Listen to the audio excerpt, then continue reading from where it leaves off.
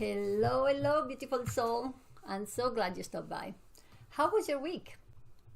My week was heavy with the duties of a mother crow, and I'm feeling a bit exhausted from the task. Although I am pleased that Mr. Robinson Crow is growing healthy and happy and developing quite posh routines that include a refreshing bath in the afternoon and a safe nap and a maid, me. If you have not seen my previous video, you should check it out. And you don't know, though, that almost 2 weeks ago I rescued a crow that I called Mr. Robinson, and it's quite a kick.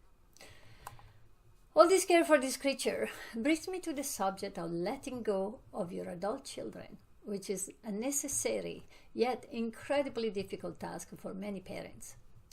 You pour so much time and care into raising your children, giving them everything you can. You do your best to provide them with a variety of experiences like games, books, trips, one-on-one time, while instilling your best values. You strive to equip them with all the tools they will need for the big world, teaching them the do's and don'ts. They are your precious miracles, your sons and daughters, your future, and a lifetime of commitment.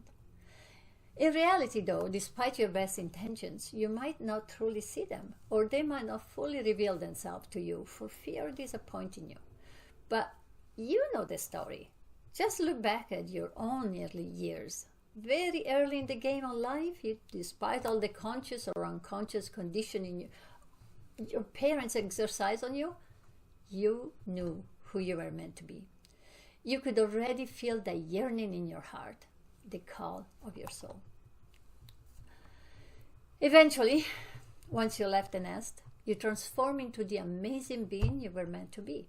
You might have become very different from your parents, eating differently, drinking differently, pursuing different activity, having different routines and associating with different people. Related to your parents might have become harder. Sometimes you might have even tried to mask your true self when you were with them just to avoid an argument. Inevitably, time passes, and now you're the parent. You worry about your children, their health, their mental resilience, their aging process, and so much more. You worry so much that you can't be around them without feeling upset about their choices, about them not following your teachings or repeating your mistakes despite your warnings. Effectively, you become very reactive around them. Have you ever experienced waiting for a loved one who is massively late? Your mind starts racing to the worst scenarios. Stress squeezes your heart and freezes your body. Anxiety is so high it is palpable. Every minute that passes feels like an hour. You prayed to the Creator to keep them safe. And then they walk through the door. And you lash out at them. Why so late? Why do you make me suffer so much?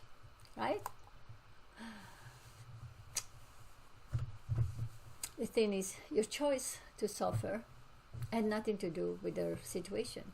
And your reactivity might be a sign that you still need to do some work to overcome the traumas of your past.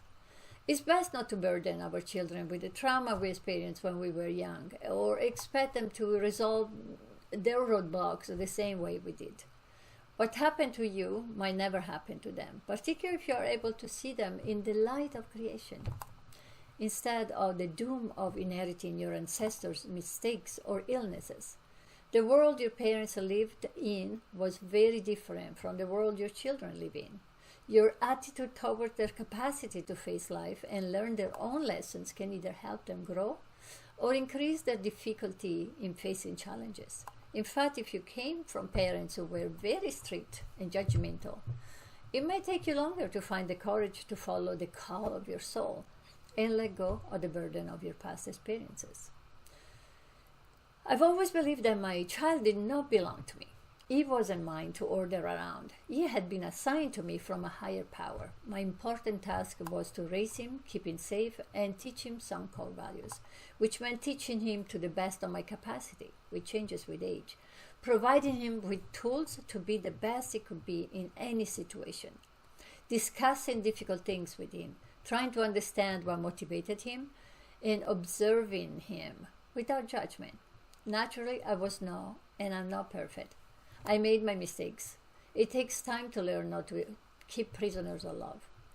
At times I would feel so stressed watching my son go through heartbreaks, insecurities, and attempts to find his own strength independently. I would forget that I had experienced the same things. I made plenty of my own mistakes and experiences successes, misery, loss, love, and friendship independently. And all of it made me who I am today. I am glad for the opportunity to travel the path that took me here.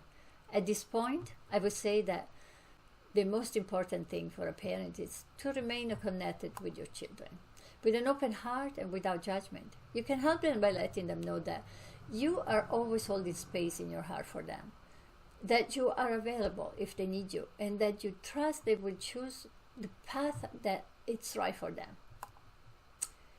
Have a wonderful day, beautiful soul. Your time and comments are appreciated. And please subscribe to my channel to let me know what you would like to explore next. Stay strong, build your dream, and be the change. See you soon.